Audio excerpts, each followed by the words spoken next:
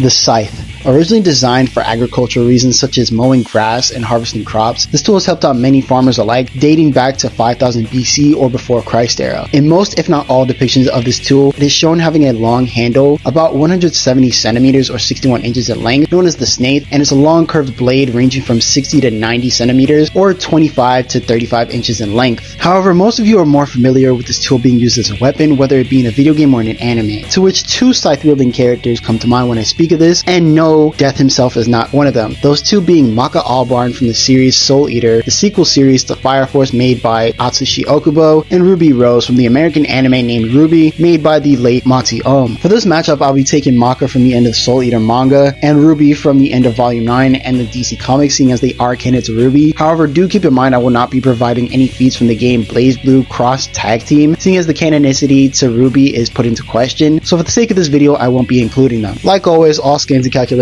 will be provided in the description below, so if you want to use them, they're there. If you do enjoy this type of content and want to see more, be sure to like this video and subscribe to the channel with post notifications turned on. That way you never miss when I upload, as it really does help out the channel. Also linked in the description below will be my links to my Discord server. Please join, it's practically dead, so I want to revive it, so help me out. As well as all my other socials, so if you want to chat with me on video ideas or just see my stupid story posts, it'll be there. But with that being said, let's get into the video. Can't escape from crossing fate. Fight! I'll start off with Maka's stats, seeing as when it comes to her, she has two metas we can scale her to. Those metas being the mountain level to country level range and her low complex multiversal range. We know that Maka alongside Blackstar is capable of fighting against Krona. Krona, a character capable of covering an entire city in black blood with his Mad Blood Dome technique. This feat in question is calced anywhere from 260.72 megatons to 25 gigatons of TNT, which would be around mountain level to island level. Maka would scale to this, seeing as when utilizing her dad as a weapon, she's able to overwhelm Krona's defenses, meaning that she would be around this level. Maka is also shown being able to fight against Blackstar, someone who was able to bust the teeth of the moon. This feat in question is calculated at either 330.57 tons to 32.12 teratons of TNT, which would be as low as multi-city block level to as high as country level. For her second meta, we know that Maka, with the help of her friends, was able to take down the Kishin, a being who was compared to Death himself. Why does this all matter, you may be asking? It matters when we consider Soul Eater's prequel series Fire Force. In it we know that, and spoilers for anyone who's still waiting on season 3, Shinra scales above all of Adola.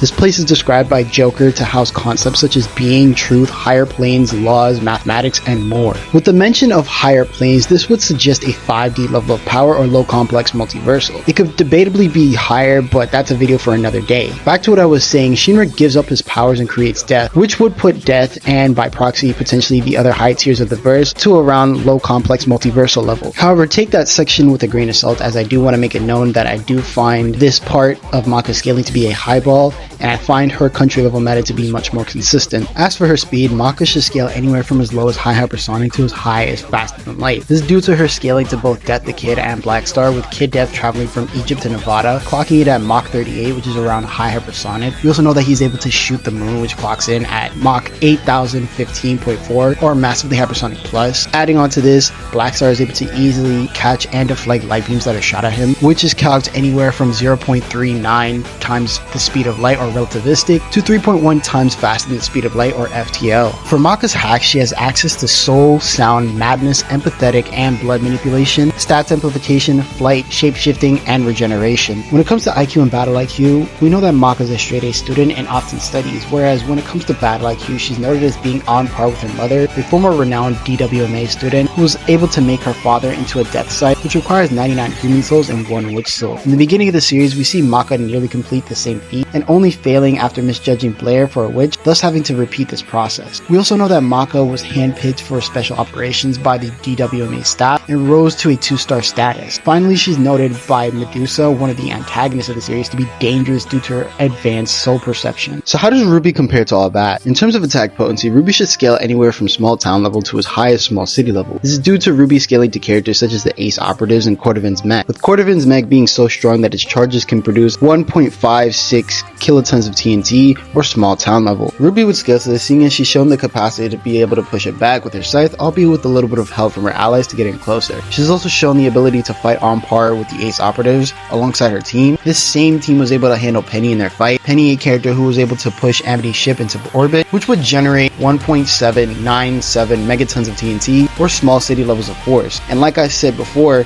these ace operatives were able to overwhelm Penny, and Team RWBY was able to beat them in the end. When it comes to speed, RWBY can scale anywhere from massively hypersonic to FTL. This is shown with her being one of the fastest characters in the verse, and should upscale from characters such as Weiss and Blake. Weiss, whose time dilation amp allowed Blake to move at either a Mach 5.95 to Mach 21.43, which is hypersonic to hypersonic plus. We also have feats such as Weiss's glyph spam, which clocks in at Mach 6 or hypersonic, as well as the lightning reaction feats done by Blake and Sun Wukong that are calced around Mach 93.2, 254.3, and Mach 155, which would be around high hypersonic plus to massively hypersonic. However, this isn't the extent of RWBY's speed, as we also know that RWBY scales to Cinderfall, at least a weaker version of her, who was able to dodge lasers from Penny, which is calced at sub-relativistic plus to relativistic, but there's also a calc that gets this laser dodging feat to around 1.95 times the speed of light, or FTL. Finally, we have Pyrrha also dodging these lasers, which is calced at 3.33 times the speed of light, also getting into those FTL ranges. RWBY would scale to this, seeing as in the comics, which are canon to the RWBY series, we see RWBY being able to tag Pyrrha while she's being mind controlled. As for hacks, RWBY has access to stats amplification, regeneration, extrasensory perception, elemental intangibility, matter manipulation, flight, dust manipulation, granting her uses of fire, ice, electricity, and gravity-based attacks, duplication, limited instinctive reaction, and healing. When it comes to RWBY's IQ and battle IQ, the former is nowhere near as notable as the latter, as while she's not completely dumb, she doesn't stand out academically compared to someone like Weiss. However, when it does come to battle IQ, she's no slouch, seeing as she was able to be enrolled into Beacon earlier than expected due to her being able to handle thugs on her own and being praised by Osbin. Not to mention, she was the leader of Team RWBY for obvious reasons, and is able to come up with team attacks on the fly, and in later volumes she was able to use her semblance to stop her fall, and even use it to get out of Harriet's restraint and tie her up instead. Keep in mind, Harriet is a trained officer with many years of experience, so when it comes down to it, who wins? When it comes to speed, the two are practically even, with RWBY arguably having the slight advantage. However, when it comes to everything else, Maka has RWBY beat, especially if we use the highballed interpretation of her power due to the existence of Fire Force. I also want to mention that RWBY's eyes wouldn't be able to harm Maka, seeing as it specifically hurts and petrifies the Grim. The only reason it harms Cinderfall at the end of Volume 3 is because she used a specific Grim to steal the powers of a maiden from Pyrrha, making her susceptible to the attack. Although, even if this was the case, I highly doubt this attack would do much considering the massive gap in Maka's durability and RWBY's attack potency, thus making the winner Maka Albarn. So that was my take on Maka versus RWBY. Let me know your thoughts down below, whether you agree or disagree, it's much appreciated. Like always, if you enjoyed this video and want to see more in the future, be sure to like and subscribe to the channel with post notifications turned on so that you never miss when I upload, as well as don't forget to check out the Discord server in the description below, as well as my other socials. But with that being said, I've been your host Jojo, and I'll catch y'all later.